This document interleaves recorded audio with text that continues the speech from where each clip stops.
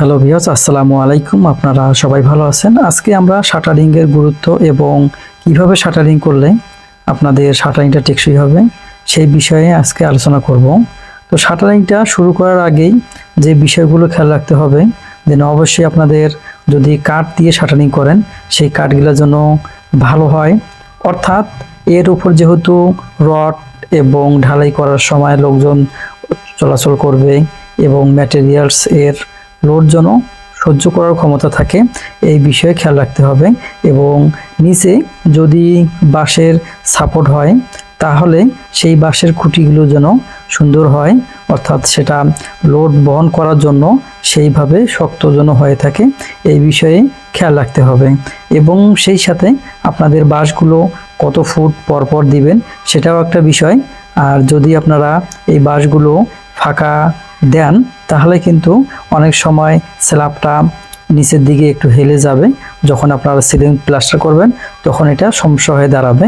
তো এই কারণে অবশ্যই আপনারা 1.5 থেকে 2 ফিটের ভিতরে বাঁশগুলো দিবেন, অর্থাৎ বাঁশের খুঁটিগুলো লাগাবেন।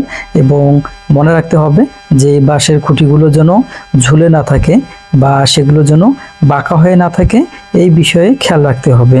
এরপর উপরে যে ছাউনি কাঠের জন্য আপনারা কাঠগুলো বিছাবেন, এই কাঠগুলো দেখবেন যেন সব দিকে সমান থাকে। অনেক সময় যদি বারবার এই কাঠগুলো ব্যবহার করা হয়, অর্থাৎ একটা স্ল্যাব থেকে অন্য স্ল্যাবে ব্যবহার করা হয়, সেক্ষেত্রে অনেক কাঠ বাঁকা হয়ে যায়। আপনাদের দেখতে হবে এরকম কাঠ যদি থাকে তাহলে এটাকে রিপ্লেস করতে হবে, এটাকে চেঞ্জ করে আপনার ভালো সোজা কাঠ দিতে হবে, যাতে করে এর উপর যখন আপনারা প্লেন শিটগুলো স্থাপন করবেন বা প্লেন শিটগুলো বসাবেন তখন কোনো জায়গায় উঁচু নিচু হবে না। এতে করে আপনাদের লেভেল করার সময় ছাদটা অনেক ভালো হবে। আর যদি বাঁকা হয়ে থাকে সেক্ষেত্রে লেভেলটা ভালো হবে না, এদিকে খেয়াল রাখতে হবে। আর যদি আপনারা বাঁশের এবং কাঠের এই শাটারিংগুলো করে থাকেন স্ল্যাবে, মনে রাখবেন যত তাড়াতাড়ি এই শাটারিং কাজটা একেবারে শেষ করে দিবেন।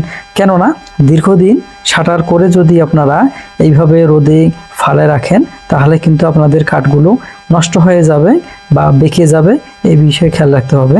এই কারণে আপনাদের এমনভাবে কাজটা করতে হবে, একদিক দিয়ে শাটারিং চলবে, একদিক দিয়ে রডের কাজ চলবে, এইভাবে আপনারা করে নেবেন।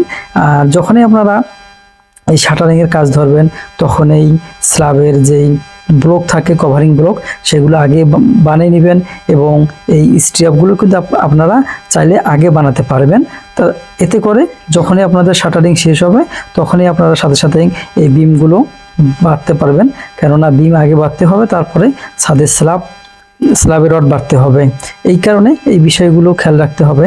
আর গুরুত্বপূর্ণ বিষয় হচ্ছে যে অবশ্যই সব দিকে আপনাদের লক্ষ্য রাখতে হবে যেন কোনো জায়গায় ফুটো বা ছিদ্র না থাকে এই শাটারগুলোতে। যেহেতু বাঁশের এবং কাঠের শাটারে